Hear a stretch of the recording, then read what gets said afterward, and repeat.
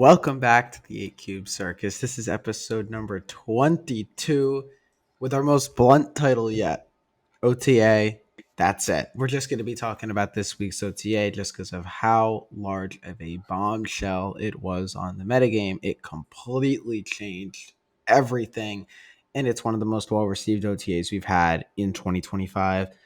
I am joined at first by someone who plays a lot of one card affected in the OTA. It's Denish. I don't know what card you're talking about. Human Morgan is Torch. right there. Human Oh yeah, Torch. Yeah. Human Torch. Right, I'm the Human Torch guy. Definitely don't think about Morgan at all. What do you think about Morgan, Zen?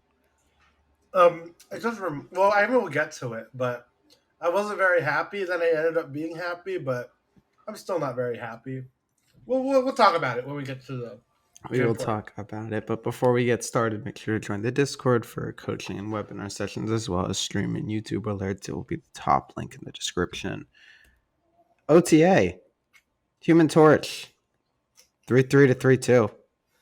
We'll start with the number one move, one trick, Dennis. Yeah, I'm actually surprised how much this has mattered. I didn't think it was going to matter that much. Obviously, 3-3 to 3-2 is a big deal, but he was broken at 1-2, and I don't think the reason was because it was a one cost. Obviously, that matters, but in my head, you go from like how big is four moves on a torch with like an Aranya buff? It goes 4, 8, 16, 32. You're already at 32. That's just three moves pretty much with an Aranya buff. I believe I did that correct. At a 3-2, it goes 3, 6, 12, 24. That's a big deal, but 24 still wins its own lane usually, or at least like it comes very close. I'm wondering if move is still ridiculous and we're just having the effect of card was nerfed, people stop playing it. That's what I think is happening. But I mean, I'm happy they're at least touching it a little bit. This is a lot better than our 1/8 of a point off of Sparky nerf. Yeah, I think Loki move is super underrated right now, but it's hard to tell on any ladder because everyone hates move. Um, like no one wants to play the torch deck. Even when people were playing the cool move decks, it was like they were cutting torch, right? So I think there's some good shells that run both Punk and Torch as engines still, right? Because Punk is a four scaler, like Torch becomes a four scaler after the second move and then more. I just think most people in NA don't like move play pattern. Yeah, and I can't speak to EU ladder, but I almost wonder because I know Sizer's been playing some Annihilus nonsense. Like I don't know if there's any. I don't know if move is as big and prominent as it used to be. I will have to ask our European friends, either in the comments or I'll talk to Zeno and all those folks. I'm guessing it's not as bad as it used to be because like obviously it just got nerfed. But I don't know. Are there any Smlz? You'll know. Are there any move cards getting released in the next 2 months? No, this is it for move. Really, there's one that I think there may be one in, maybe there is one in January. I'm not sure. But yeah, so the main reason that I think this change has mattered a lot more than everybody thought is because of like Torch in a move deck's role is to win one lane, and you have to divert like all your other resources to winning the second lane. So Torch used to go 3, 6, 12, 24, and 24 could reasonably win a lane. 48 just destroys a lane. But let's just say you're taking 4 moves to win a lane. With 24 power, that's largely enough to win a lane. And then you have like a 10 and 8 and like a 10 with Dagger or Craven or whatever in another lane. And then you've won that lane. You have like 30 in that lane. You have a Torch plus something. You're putting up like 35 in 2 lanes. Now let's look at it goes from 2 to 4 to 8 to 16. That's an 8-point nerf. This isn't a 1-point nerf. This is 8 points off the like average torch while still using your other movers in the deck. And even when you get to that next double, you spent 5 moves on torch, so you spent less moves on everything else, and you only get 32 power, which in a ramp meta, where a meta where the most common turn 6 is Infinite plus Ebony Maw, where your 2 cost is playing for 13 power, that's just not enough points for that much investment.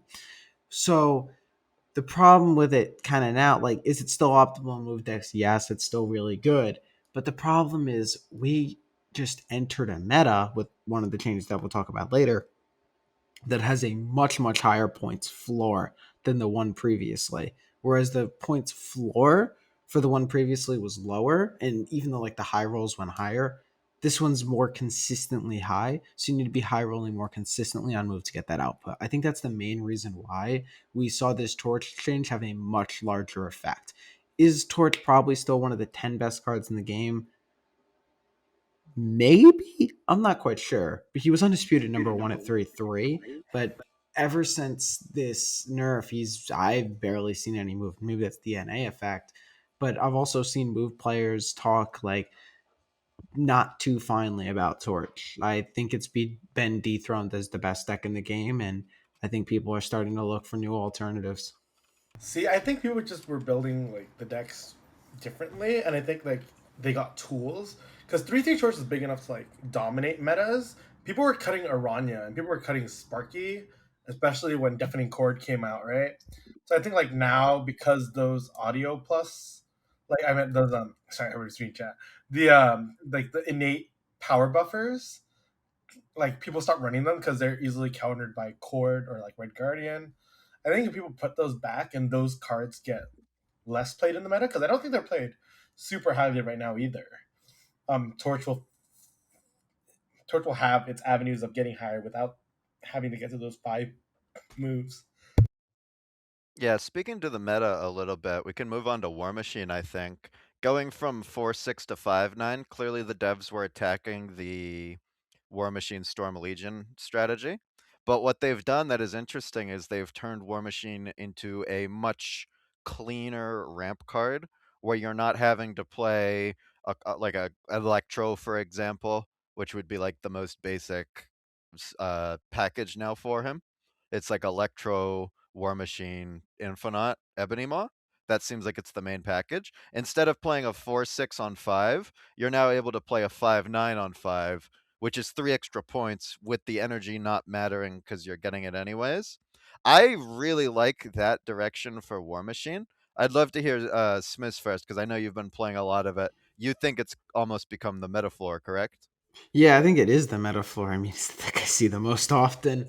There's a full guide to it on this channel if you want to check it out. But yeah, this change was a buff to War Machine. It was an actual like buff. I mean, because this effect wants to be so synergistic with like big ramp cards stuff like the Infinite stuff like Ebony, and I guess Ebony Maw by proxy with this card stuff like Electro again is the main one. You can go Electro into War Machine, not forego any of your curve, and get 3 extra points. That's just so strong. It is a nerf to the cringe deck, which is Storm War Machine Legion. I think that it has been around twice now.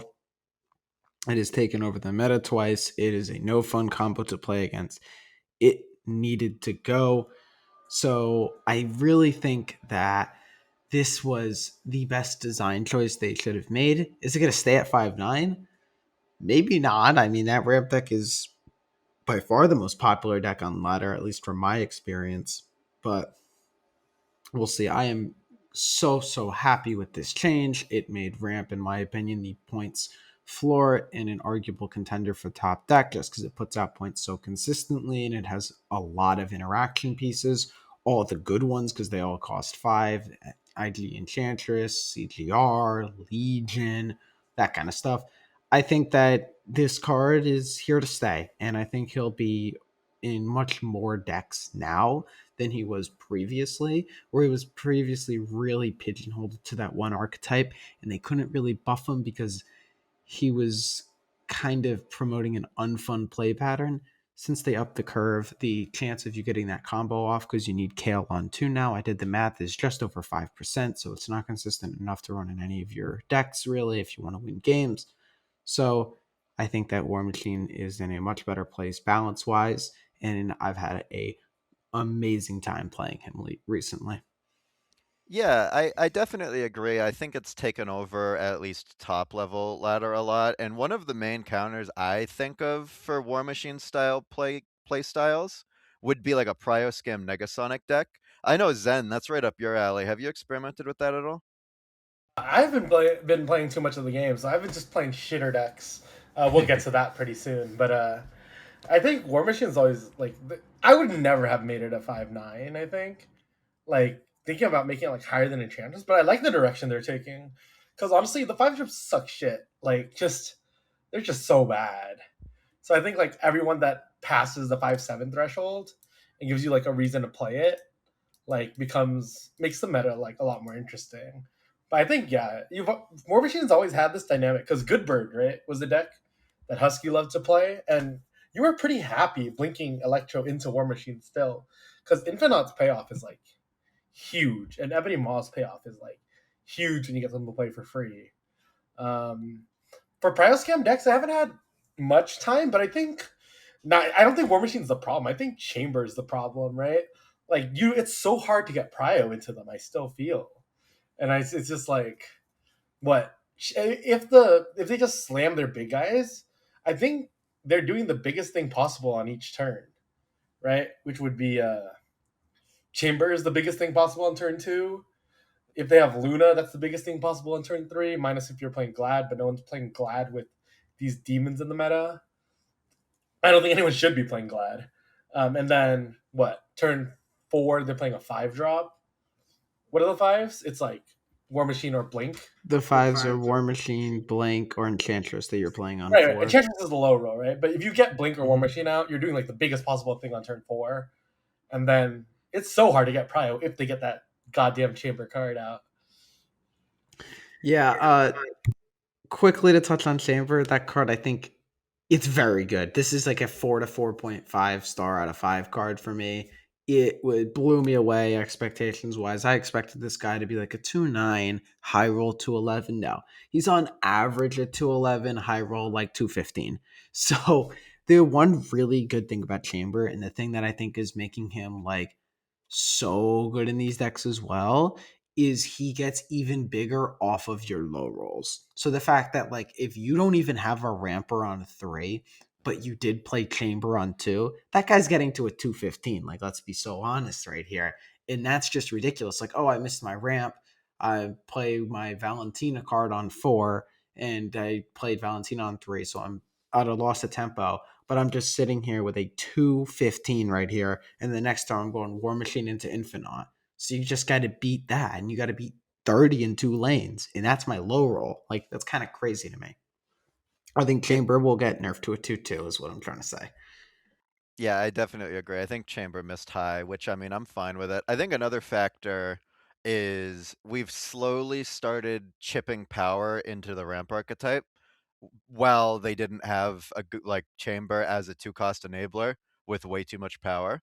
And so you don't notice it by looking, but like Enchantress 5/8, War Machine 5/9, Odin, which they aren't running, but there's certain versions of ramp that can, that's at 6/9. Even like IP, like the cost, it doesn't matter if you're pulling it with Eson. There's just all these cards that have slowly chipped like 1 point here, 1 point there. And so it's just such a consistent high amount of points per card played. And even though they do cost more, you're actually able to benefit from that energy more so than you used to be able to. Anything else to? Yeah, there you go, Smith. Yeah, quick thing. I think with War Machine, we have finally reached the like critical mass of like, okay, there is actually 5 good ramp 5 cost cards to run in this game. That was a problem for a while. Like up until this War Machine change, I don't think you could pick 5 good 5 costs to run in a like ramp deck effectively, to the point where like I was trying to make some crazy stuff work, and Isan was the one that pulled through because it was the only deck that could justify like running the Hydro Man because of how strong it was in that one specific deck. So you kind of had to feel yourself warping deck building around so you could get like a maybe I'm gonna make a Hydro Man work in here. Just kind of stuff like that. Where like, okay, this is a decent 5 cost. It's not bad by any means, but I need to like make significant deck building considerations in order to make like this ramp deck actually like work and function. Since we've got Chamber and 5/9 War Machine, that is just so much easier. I think the Isan deck with this stuff with Chamber is still probably tier 1, but it's a lot lower in tier 1 than the War Machine deck because everything just feels so clean there on curve because you're not like risking getting a generator out early instead of Chamber, and that can sometimes lead to some conflicts and some missed Isan pulls. Yeah, and before we transition to Morgan, because I know we'll have a lot to say on that, I want to make one quick distinction. Smlz, could you touch on the difference between these ramp archetypes that we're seeing now compared to the old Hope Summers decks?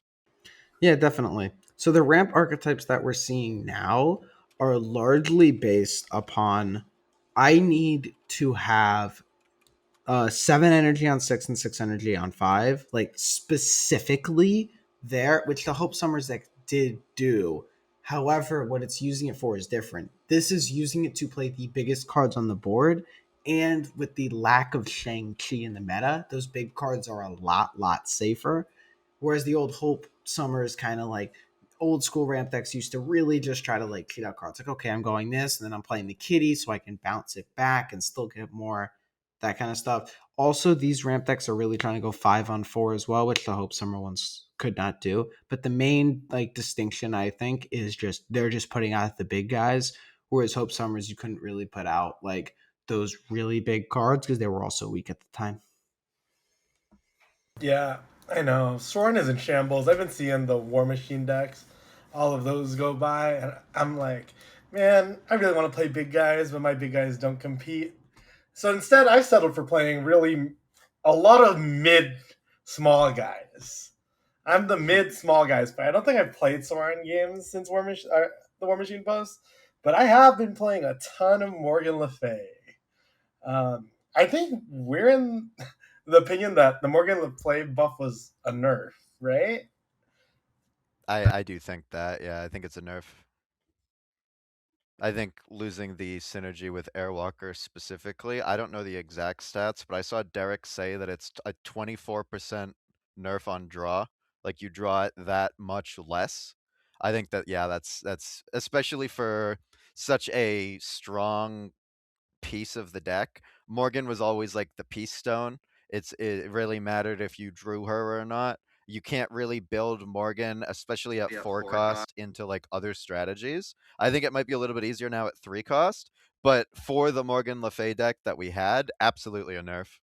I also think it's a nerf because you're losing the 4-7 body. Like you're just losing 3 points right there. A 3-4 to a 4-7, like stats wise, is a nerf. Like 4-7 is on curve, 3-4 is below curve. That works. And I with Airwalker, I don't think that playing her was an issue. Like I almost never played her when I had an Airwalker in hand. It was always better to get that extra destroy off, get death one cheaper, and get a 3-6 back in hand if I wanted to play that. Yeah, so I was bitching because I was like, fuck, I can't hit infinite with Morgan. Like, I was trying. It took me over a week to hit infinite. I've never ever taken this long to hit infinite. Um, and then once I hit infinite, I found the meta. Like, I I hit what? Like, you know how I go on like those insane like grinds to get stats onto Untapped from time to Yeah. time? I think I did 80 cubes in 50 games. I was about to hit 150, but then I started pumping towards the end. I was like, shit. I want the screenshot of 150, and then I lost an 8 cuber. I'm like, all right, I'm playing a little too bold. What were the cubes per minute on that? Huh? What were the Oh, it cubes was per minute? insane. I think I did it in like 3 hours. Yeah, What have you so, been running? huh? What have you been running? What's the deck? It looks like shit. I posted it to one of like the top players, like, one of our like little chats, and then oh god, man, like, oh god, like, I run Wade Wilson. That should tell you enough. What's the Um, idea behind it though? How are you the idea using Morgan? behind it is you thin out your deck enough so you don't get more to get Morgan, right? Hmm. And if you don't get Morgan, you get Moira and Headpool. So you're Okay. just doing some mid shit with destroy every game until you win. Like, I don't have a game plan. Like, I couldn't make a guide on this deck, but all it is you destroy mid shit to get your mid shit in hand to be better, and then you just win because you have more points. All right, I'm looking at the deck right now. It is Headpool, X23, Moira, Nico, Carnage, Wade Wilson, Angel, Killmonger, Makari, Venom, Morgan, and Death. Is that correct? Yep. And like That's a quite those literally, are 12 cards, man. those are my 12. It's a good 12, I would say. Like half your games, you're either getting Morgan out, right? You're usually getting a free death. You're tutoring half your deck because like you have so many ones, so Wade always pulls. Angel usually gets you a pull. So like you're almost drawing death like every other game at zero cost, by the way. Um, and the lines are really easy, I think. And you get free Makaris and free Angels, you know? Like, what more could I ask for? But overall, you find this less worse than what it used to be at I 4-7. I actually honestly have never played Airwalker Morgan. Um, I forgot. yeah, you forgot that part. I never played Airwalker Morgan, so I Yeah, like don't know how the list used to be. But I know I this guess list feels really good. I guess we'll never know if it's better or worse because nobody has ever played both, and I don't think anyone will ever play both. I'm not trying that, Zen. You're trying to get me to lose cubes. Losing It, Cubes is great. Losing cubes is great. It sounds fun. I think that this version of Morgan has potential in as a Corvus enabler in a way that Hela is, but it would be in like a really weird surfer deck that I don't want to play. Like you discard a brood, bring it back with Morgan. Now you have 3/5 brood in hand, almost like a hand buff. You can run Hope Summers in that deck, where you're almost like fake ramping into because with surfers specifically, filling curve is always an issue. The only problem is I don't think that it's worth the squeeze. Plus 3 power just doesn't.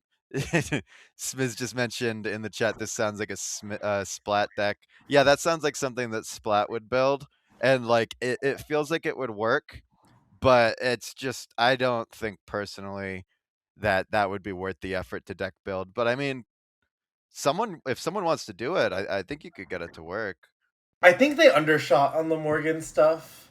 I think she could have been a 3-5 and been fine. There is a lot of room with flexibility. I think like one of the things that people are doing wrong in a Morgan deck is they're not running X23. Um, but I think you have to run X23, and I think you have to do some prio scam bullshit. So like you have to do something with like Angel Makari. Um, I think you have to run Angel. Like that's the other thing, because if you get like high roll destroy games, I also just think Moira is too good of a card. Like I think Morgan's hard to balance running with Moira. If you notice the deck list that Smlz read off, a lot of the cards don't actually get destroyed to get pulled back by Morgan. So like X23 Headpool, those don't go to the graveyard. So the cards that actually do go to the graveyard are Makari, Angel, Nico Minoru, and Wade Wilson, and all those cards have like some sort of additional effect when they die, right? The other Morgan deck building game plan is Firehair uh, plus on reveals, but I feel like that one is just like you're just trying to high roll your game out. Where I feel like if you're just destroying random shit every game, it's like if you have Moira, you can always have Death in starting hand out. You know, you have Death in starting hand out, you're chilling. Also, if you have Moira, you could have Carnage in starting hand out. It's kind of a Moira crutch deck. Now, the more that I'm saying about it, I'm like, yeah, Moira. The deck is Moira crutching. Yeah, I mean, any deck that enables Moira seems ridiculous. I don't own the card, but playing against it, like even if you don't have death, the opponent usually doesn't respect it, but they're supposed to. Just to respect that you could have two nulls, you could have death. It's there's just so much that like even Moira in starting hand, now you have to respect 3 of any card. And obviously a lot of the time you get stuck like if you get a Carnage, you have to play the second Carnage. So you give a little bit of the information up, but it's yeah. Uh, real quick, Xenaid, did you just cue Smlz on ladder? I take this podcast very seriously, and I would never take allegations of queuing during ladder. You have never heard a sound effect ever creep up. Very Right. I guess I'll solo pod real quick. We can move on to the Elsa Bloodstone and Swordmaster. Well, hold on. I want to touch on Morgan All quick. right. I want to touch on Morgan quickly. So this, I think, was a nerf. So I'm trying out Xenaid's deck right now to see if it's a buff. But I think that the way that Morgan decks used to run, because I did play a bit of Morgan, was so reliant on if you didn't have Morgan, you were dead. So I like the idea that Zen's doing with all this like deck thinning in the Morgan deck. However, I do think that in general, it'll be a nerf just because even though it lost some consistency as well, it also lost 3 points. So although some of the curves may be a little bit smoother, in general, you're still losing more points than you're actually gaining in the deck, and therefore it's going to be worse. Oh, another thing. What the hell is Airwalker now? Is that just Mr. Negative? He's just terrible. Like not even negative. Negative doesn't even want him. I'm the number one negative one trick here. So he doesn't even want him. Although Denish is also trying to become a negative one trick. Yeah, I'm moving up in the world. The only place I thought of for him is a destroyer deck where you can have him pull a Juggernaut.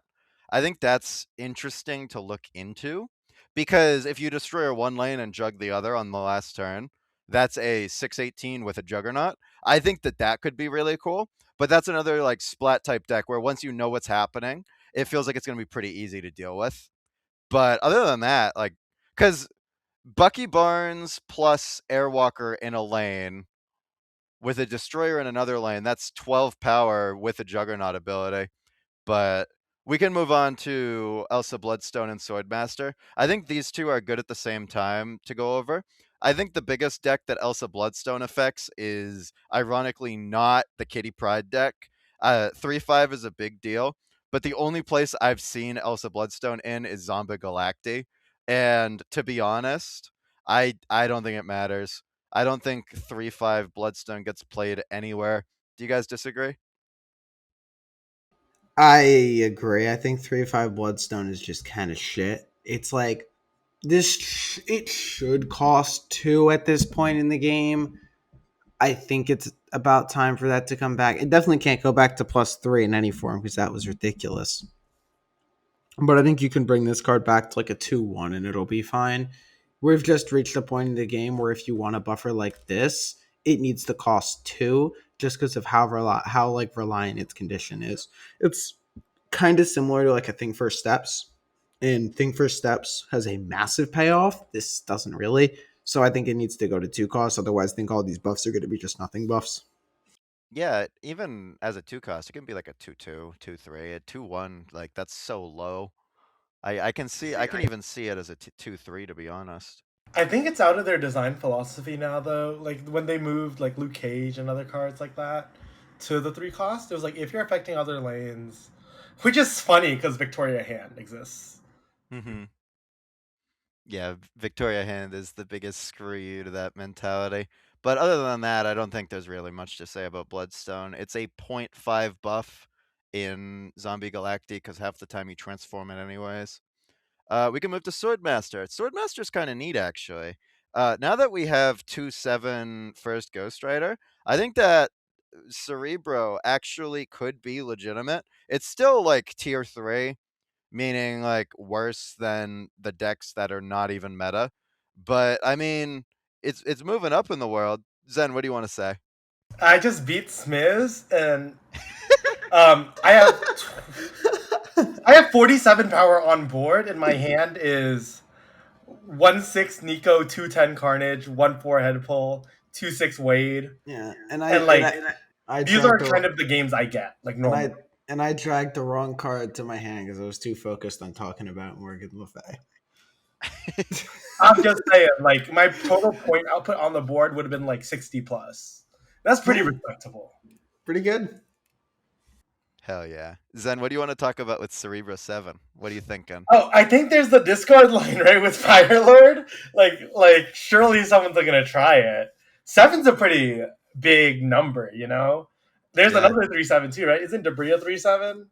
Yep. Jawala has actually messed around with it. It is nice to be able to play first Ghost Rider Oh yeah, Fire FGR Lord is on the good last turn. too. Yep, because you could do them both on the last turn. Fire Lord, it's 2+4. Correct. You It can do definitely has that. It also what else do you do in C7? There's a few things because you have Swordmaster, Debris, agony. Agony into what though? I don't remember. Let me pull up my 7 power cards because I know there's not that many.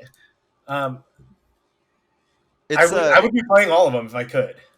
It's definitely a meme deck, but I'm happy that it has Swordmaster back. I think last time they changed Swordmaster, it was too soon into the game's life. But now that we're doing what we're doing, I think it's perfectly reasonable. Yeah, I think we might as well That's ship like 50 buffs. yeah, I'm so ready for just the power creep patch. yeah. We need the power creep patch, and I think that this is where Swordmaster should be now. Because like 3.8 is too much, So but where's Elsa? 3.7 perfect. Where should Elsa be? Two 3-6? Two costs, one, two three, She has two to be one. 3. She two has Not three. to be 3. not 2-3. 2-3 Yeah, is 2-3. ridiculous. Well, 2-3 because how many buffs are you getting? Like three buffs? It scales like Chamber. You're not getting as many buffs with her as you're getting with Chamber. I guess, but like I think But it's like, fine at 2-3. yeah, these 7 power I'm cards are shit. Sorry, we're bouncing back between Elsa and you can play Ebony Maw. I think the main thing is that I think Chamber has a bigger deck building restriction. I mean, Elsa No, uses it on the doesn't. Mysterio bullshit, and I think like that deck is just like annoying to play against, in my opinion. I'm sorry. Saying that Chamber has a bigger deck building restriction than Elsa Bloodstone is just not true. Elsa Bloodstone is restricted to Kitty Pride, Mysterio stuff. You don't even need Mysterio actually, but like it's Kitty Pride stuff. There's one deck, and that one deck does not exist. Whereas You can every also do ramp like a deck wants movers deck. Chamber. You can also do like a movers deck.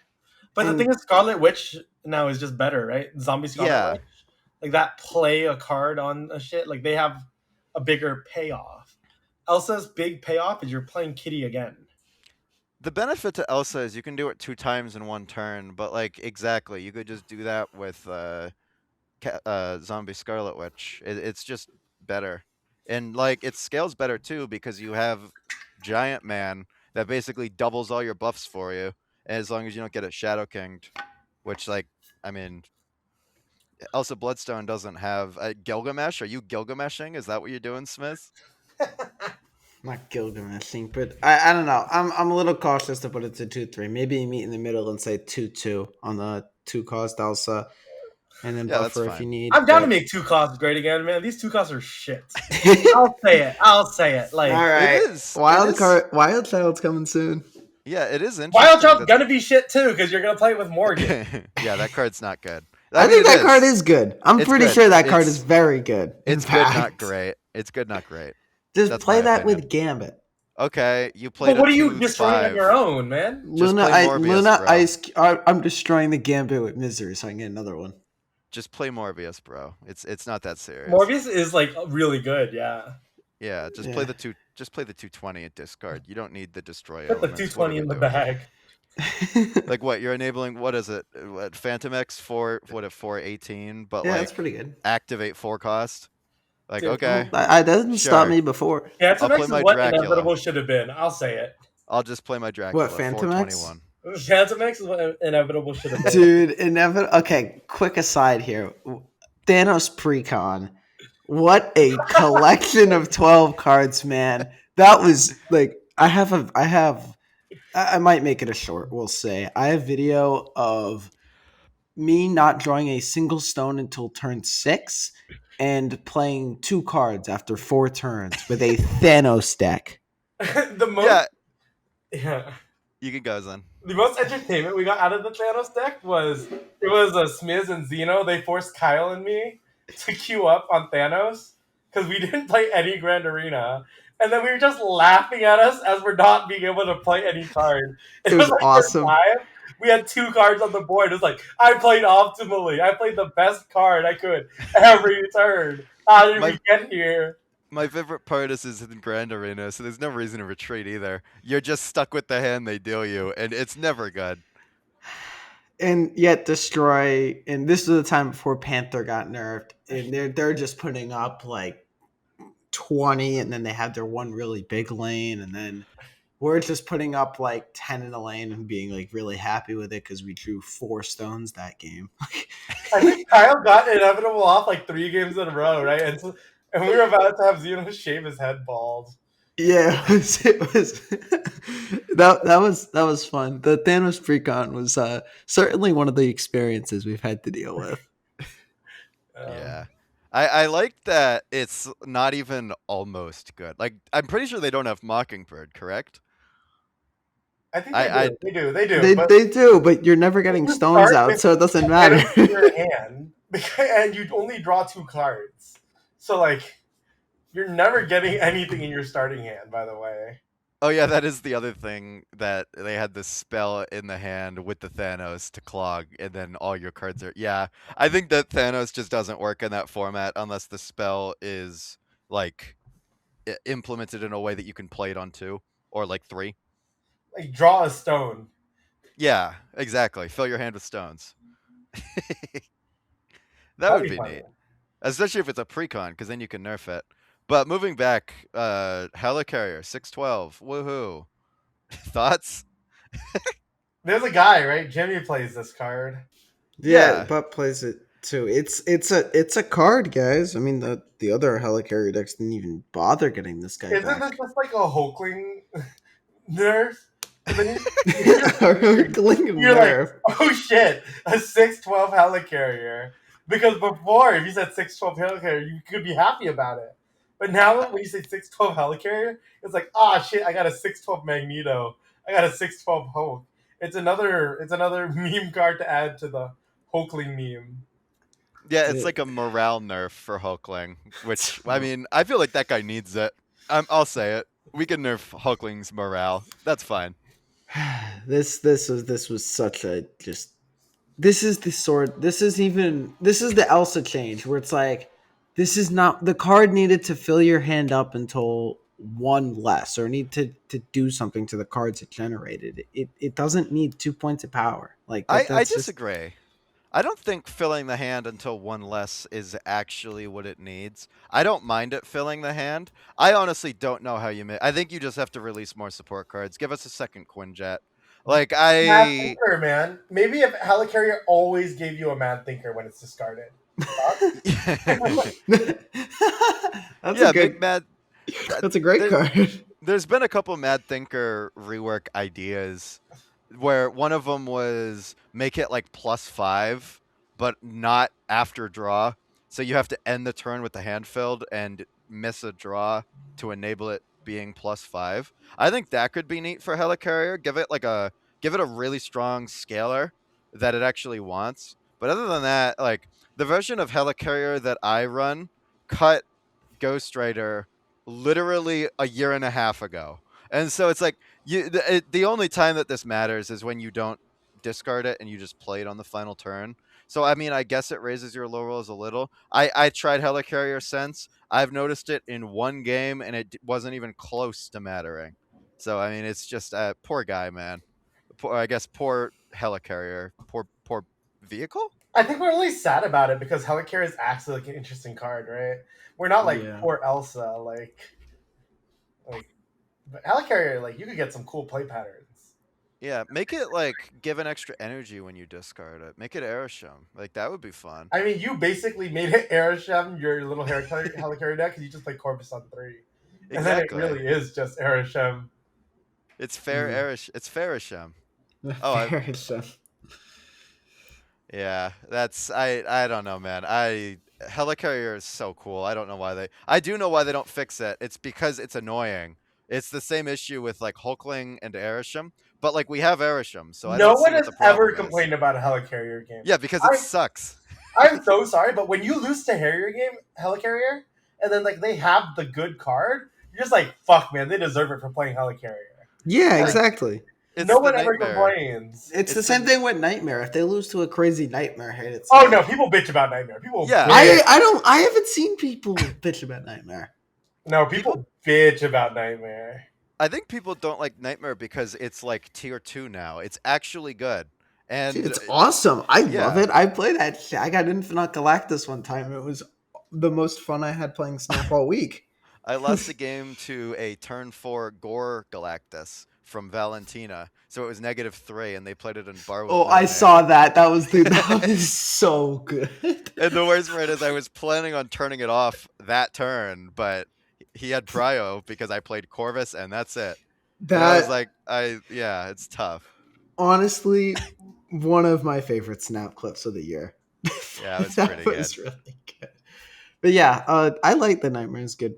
But going on to our next card, Dormammu 713. Does this move the needle? Is Dormammu I think a this little is better than playable? a Merlin buff and a Cersei buff. I do think it's it is a big deal for those cards. It's like a what one? How many sevens are there? 1/5 of a power when transitioning from a 6 cost to a Yeah, 7 when you cost. don't get the fucking zombie galactite roll. I get they added that specifically to screw with you as well, because that card's not doing anything on its own. Yeah, But yeah, no. I like 713. I think it's neat. I've seen more Dormammu. He was an Arishem for a second, which honestly, I think that deck has potential. Maybe just like I don't even know how you fix it. But Arishem with Dormammu, the idea being you guaranteed have big dude, which it's neat. It's a cool idea. You don't get the draw, which is unfortunate. But even in like destroy, I do like Dormammu at 713. He might need to go a little bit higher before he's like relevant. But it's a point of power where it's needed. Smz, I think you have the most experienced Dormammu Wait, I'm the with destroy player Dormammu. here. I don't have much experience with Dormammu. I think Oh, I have the most experience with Dormammu because I agree. I think Zen does, but I think that this change move is like this is the Electro. This is Electro 2.0. They're just gonna keep giving him one power until he's good. My guess is the break point is the next one. I think at 714, this no, guy is I just like, think okay, this is too big to ignore. the core problem with Dormammu is that like what cards make destroy good in your heads? Like what cards make destroy good? Venom, Carnage, and Killmonger. No, Deadpool, like what payoffs? Oh, payoffs. Death? Deadpool, null. Death? It's not null. No, Null is like, he's the weakest part of like the actual There's destroy deck. two It's payoffs I think that you have to be going for when you're playing destroy in my mind. Moira and Death. It's Moira and Death. Those are the And two. the Yeah, I problem is agree. Dormammu doesn't help the death case very much. But if he didn't hurt the Moira case, I think there ought to be a good deck with him. He's so hard to play with Moira because Does, your starting hand is now 4 cards, and you just end up like clogging your shit, and it doesn't feel good like when you're doing that. right, and that's because it generates the spell as well, Right, correct? it generates the spell as well, and like you really want your good shit to be like it's actually quite hard to manage your hand whenever you're playing Moira decks, and so you really want to like get the best bang out of your buck whenever you're destroying a Moira, and I think Dormammu has problems doing that. So because he's not the best death deck, and because he's not like very supportive of Moira, I think the unexplored space for him is the Morgan Angel Makari hybrid. You would drop the Makari, but then you'd run Cosmo Jug. And I think Dormammu's home is in like Prio Scam Destroy. Now hear me out. Dormammu Airwalker. What the okay, so I so as I was exploring the deck thinning process with Morgan, I was playing every 4, right? And I was Right. airwalkering a bunch of shit out. I was like, this feels so fucking terrible. Because you can't airwalker. So, like, the number one option in a destroy deck, you're thinking, like, Misery, right? The problem is when you airwalker Misery, she's going to trigger on your destroy card, and then you can't. So, you can't play any airwalker deck with Misery in it. And then what's the next best option? It's actually just Gwenpool. Like, I was trying to look for 2 4-drops I could play in, like, an airwalker deck thinning deck. I couldn't find the second one. Miss Marvel. Oh yeah, Because when you say it's no, I think the one I was resorting to was fucking zombie Captain Marvel, and I was like, "There's no way." can you correct me if I'm wrong? The third ritual spell right now costs 2, correct? Yeah, So an idea would be you could play a 2-cost spell with a 4-drop and have it blow up an Airwalker to pull another 4-drop, which I mean has a little bit of The potential. But four like you drops are said, so the ass, four man. drops Like are ass. the I don't best know four how. drop in the game, in my opinion, is Laufey.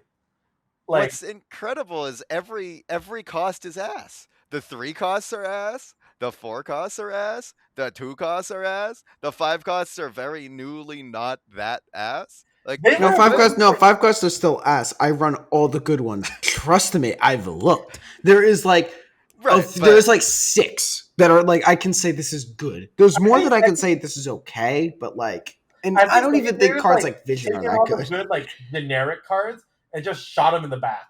Like yeah, there's no like good cards that slot into every deck. Like every deck, like every card has its purpose in the deck it's meant for. And I think honestly that's like a good way to go. But like some of these like shit decks really needed those OP cards help like carry them.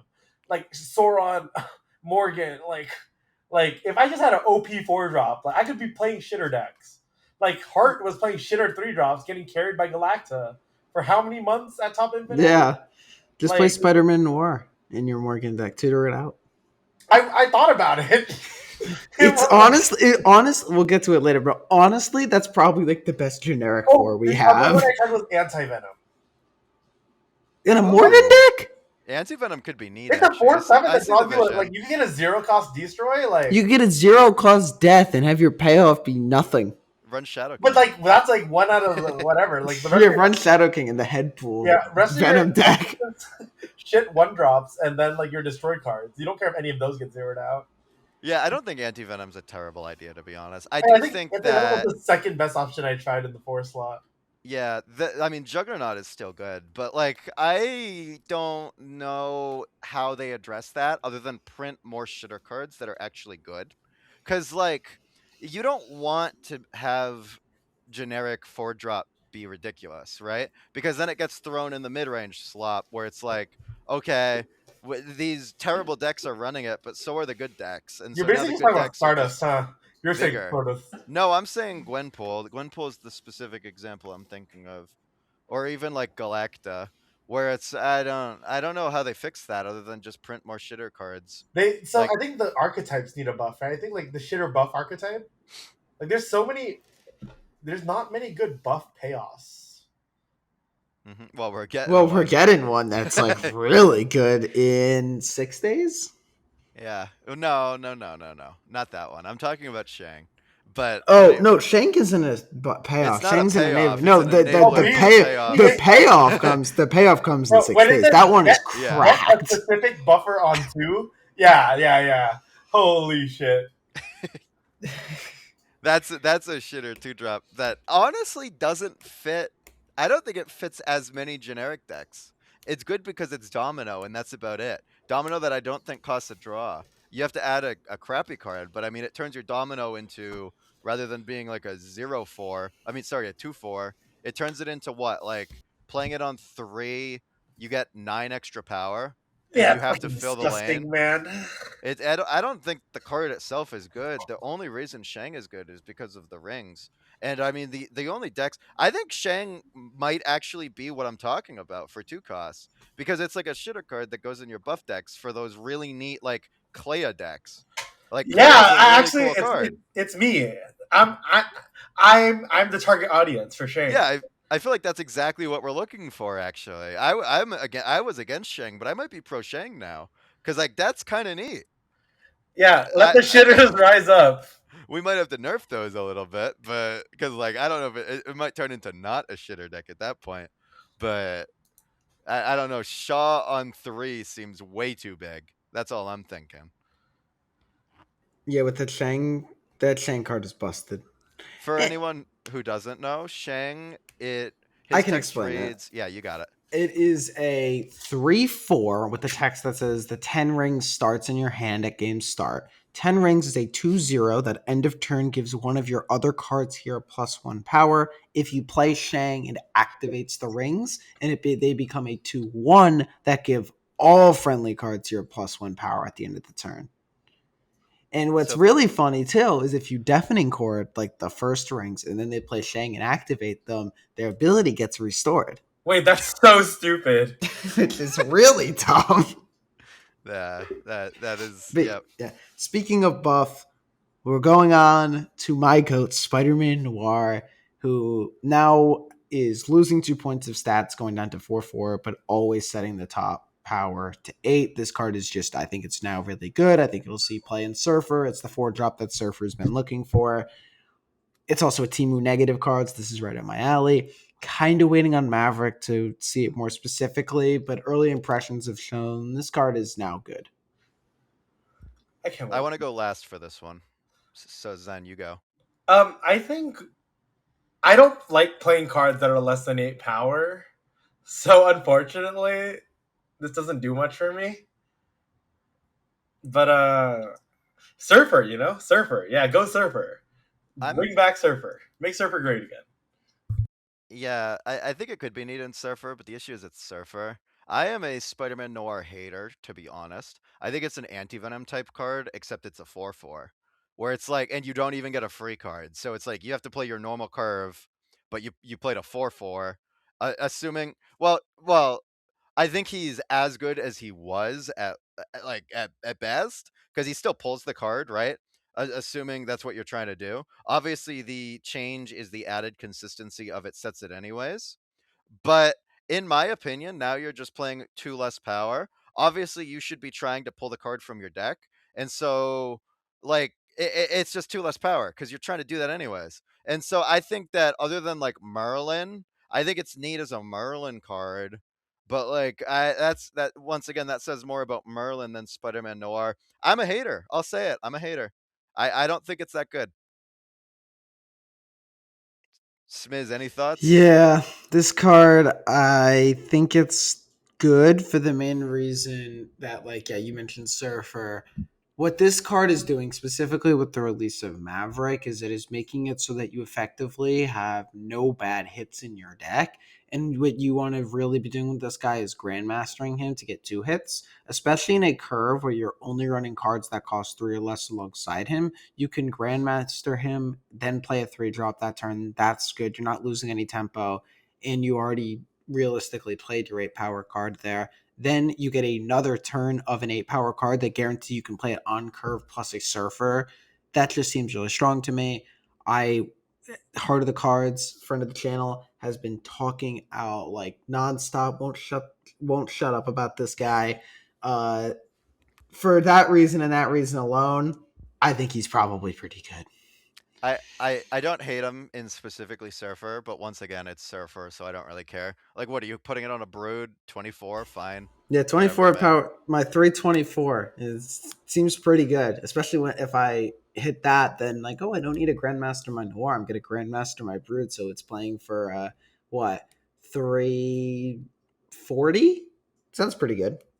Yeah, not quite 340 because you do need the 2 power for 2 energy for the Grandmaster. I can see it in Surfer, and I've been convinced. But other than Surfer, like I think it's a nerf, unironically.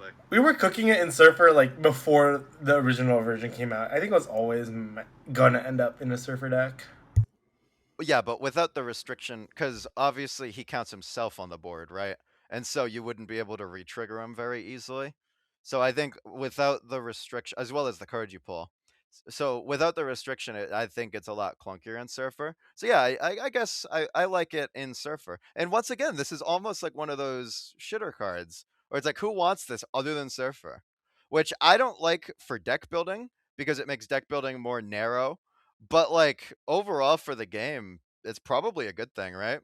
What do you guys think overall for the narrowing of deck building? I think it's a good thing for most players and a bad thing for kind of like the specific type of player that wants to be kind of thinking like, oh, I want to build the best generic deck. I want to use my generic cards. This is a pain point I've seen from a lot of people, so I think it's interesting that you bring it up. There's no good generic cards. I miss being able to interact with my opponent. I miss not being able to pack up all the tech for every single perfect game. I hate those players because what they do is they just jam every single tech card into there. So if you want I'm to have telling something enemy fun, ones. if you want to play Timu negative, if you want to play some cool combo deck, you can't because they're just gonna all of a sudden play like 6 different cards, and all of a sudden, like their point output's 20, but my point output's 4 because they just broke up my entire combo, and now I lose. So I don't know. I really like the way they're heading with like you need to have like synergy based decks if you actually want points in this game. Like yes, you can interact with your opponent, but it's got to pay a cost. Yeah, it's just not. I'm very happy with the direction they're going. I've been having a lot more fun playing Snap since that imbalance patch than before, where it kind of felt like, oh, I got to play Hella because it's really hard to interact with and all that stuff like that. I really enjoy it, and I'm having a lot of fun being able to do my crazy combos more often. But what about the Sauron players, man? What about us? Yeah, it's tough for decks like Sauron. I do appreciate that you separated Timu negative from the cool combo decks. That's appreciated because it's not. But I overall, will not take the slander for Timu. If you don't know, Timu Negative is the inside joke. It is Pixie Gore, that kind of deck. That's the joke. Yeah, it's the same thing as Mr. Negative as do I have thing in hand? Snap. Do I not have thing in hand? Leave. Or it's like, okay. The other Nice. team Instead with of negative deck that's misplaces is fucking Destroy Nimrod. yeah, That one's not Timu Negative. That one's just Nimrod. It's so yeah. cringe it has his own name. Yeah. I think generally I appreciate the fact that we're moving more towards like synergistic decks. That said, it's definitely hurting general deck building because it's just so restricted. I think hybridizing decks is the way to go now, which is cool and I like that, but that's a lot harder and it takes a lot more time and energy, which fine. I mean, I'm okay with it. The of course the alternative would be finding like a really quirky combo and then running what everyone else is running with the quirky combo. So that's like even a Morgan Le Fay Airwalker deck with 3-cost Morgan that runs Airwalker to pull like broken Prime Galacta, like that kind of thing. You can't do that anymore, but I do like that generally we'll see like destroy discard packages like hybridizing the archetypes or like move plus ramp or well I guess not anymore because they've reworked it, but like buff plus ramp or like those kind of yeah hybrid decks. I think that's a good direction for the game. Does anyone have anything else they want to touch on for the OTA before we move on? Zen? I think that's I going to think we're be it for the good. OTA. It's time for location of the week, Monster Island. This is a pretty good Legion location. I'll let Denish talk about it. Yeah, absolutely. Monster Island's Nate. Obviously, insta kill Cerebro, which is everyone's bad matchup. So we got to give it a little bit of credit for that. Other before we get into Legion, I think it's more important to talk about generally. It takes a board slot, and you have to worry about like Shang Cannonballs, even just Spider Man. Because what a lot of people will do is just move your monster out of the lane, throw the lane that the monster lands in, and then go tall in the third lane. Which almost forces it to be like a soft 2-lane game, or even if you're able to like destroy the monster somehow, gambit it, shang it, cannonball with Mercury, it's like a free target. Obviously, it's like yeah, scar synergies, but that's obvious. Before Legion, I do think Merlin doesn't really apply in this case, but priority decks do. Zen, do you? How do you find for Iron Patriot specifically? IP on 2. Do you play it in Monster Island or out? I play it in Monster Island to fuck with my opponents. Because I think it does change the game, like, on a baseline level from a 12 location game to an 11 location game, which makes your point distribution matter a lot more if you're any deck that is not moved. So when you play your 2-3 here, right? Because I think people become more hesitant to play the smaller card in the lanes that they're already filling. Like you'll see a lot of players like naturally play like their 1-2 in like the open lane because they have more potential power. But if you're the deck that like you know what your cap potential power is, like you can play the IP in there, and then you put your 3-6 in there, and then you play like your 110 or like 310 or whatever, like your 10 power, and then you're at like 29, and they have to match 19 power with 3 cards, which is not easy to do. So if you know like your budget breakpoints, I would say it makes it really fun to contest Monster Island because you're almost always either going to win the IP lane or you're guaranteed to win that lane later, right? I would say if you can't make a break point on Monster Island with IP, right? Like if you're playing IP into Viv Vision or something, right? I would greatly like advise against doing something like that because then you're not only not guaranteed to win the IP lane, but you're also going to not set yourself up to win the game, right? Yeah, that's very insightful. I would have almost well, when you think about it, especially if it's the first location that flips, people are incentivized not to play their cards there, which when you have IP, it's almost like a reverse Guardian of the Galaxy where you need to call where they're not going to play because that makes it easier to win at turn 3 because you could just play like Luna Snow and it's pretty much guaranteed or like another 3/6. I don't know what you're running these days then, Debris or something. But I've we could I've defaulted to Wave and Luna. Like the good threes are now ramp. yeah, for sure. We could touch on Legion a little bit. In general, for Monster Island, if you're not using it as a restrictive location, whereas you're reducing board space for the opponent, filling their lanes, clogging them, then because like if you can fill their lanes and clog them, it's good on 4, good on 5, good on 6, good whenever. But generally, the best time I find to Legion it, if you're not clogging the opponent, of course, is turn 6 because usually the opponent will fill a lane and that gives you an extra 10 power in a lane and it turns Legion into almost a pseudo 517 rather than 5/7 because you get a monster and they don't. Which even then, like my deck runs Odin, but even if you have like a Grandmaster with an extra energy on the last turn, which like Surge, there's a lot of ways to do that. You can get like extra value out of it because you're just able to re-trigger, and as long as you know it's happening, then you'll be able to get the extra monsters, get the extra power, and now you've put 40 power on the board, whereas the opponent might only get like 30 or 20. Doing it early, obviously, once again, the only time I Legion it is if the opponent's playing like a deck where they need their board space a lot, and there's a lot of decks that are like that, move and destroy not necessarily being one of them. But if you don't see an early carnage, it's decent into destroy. But overall, yeah, I think Monster Island is a pretty tame location, but there's a lot of dirty tricks you can do with it. We can transition to outro now, I think, Smlz. All right, sounds good. I don't have much to add. I think Denish summed it up really well there. You can see Denish occasionally at twitch.tv/Denish_hell. You can find me at youtube.com/SnapAcademyYT. You can find Xenaid at twitch.tv/XenaidTFT when he decides to stream again. We've Discord been link is top busy. link in the You know, you can description. find us best in the Discord right now. You can find us best in the Discord. And see ya.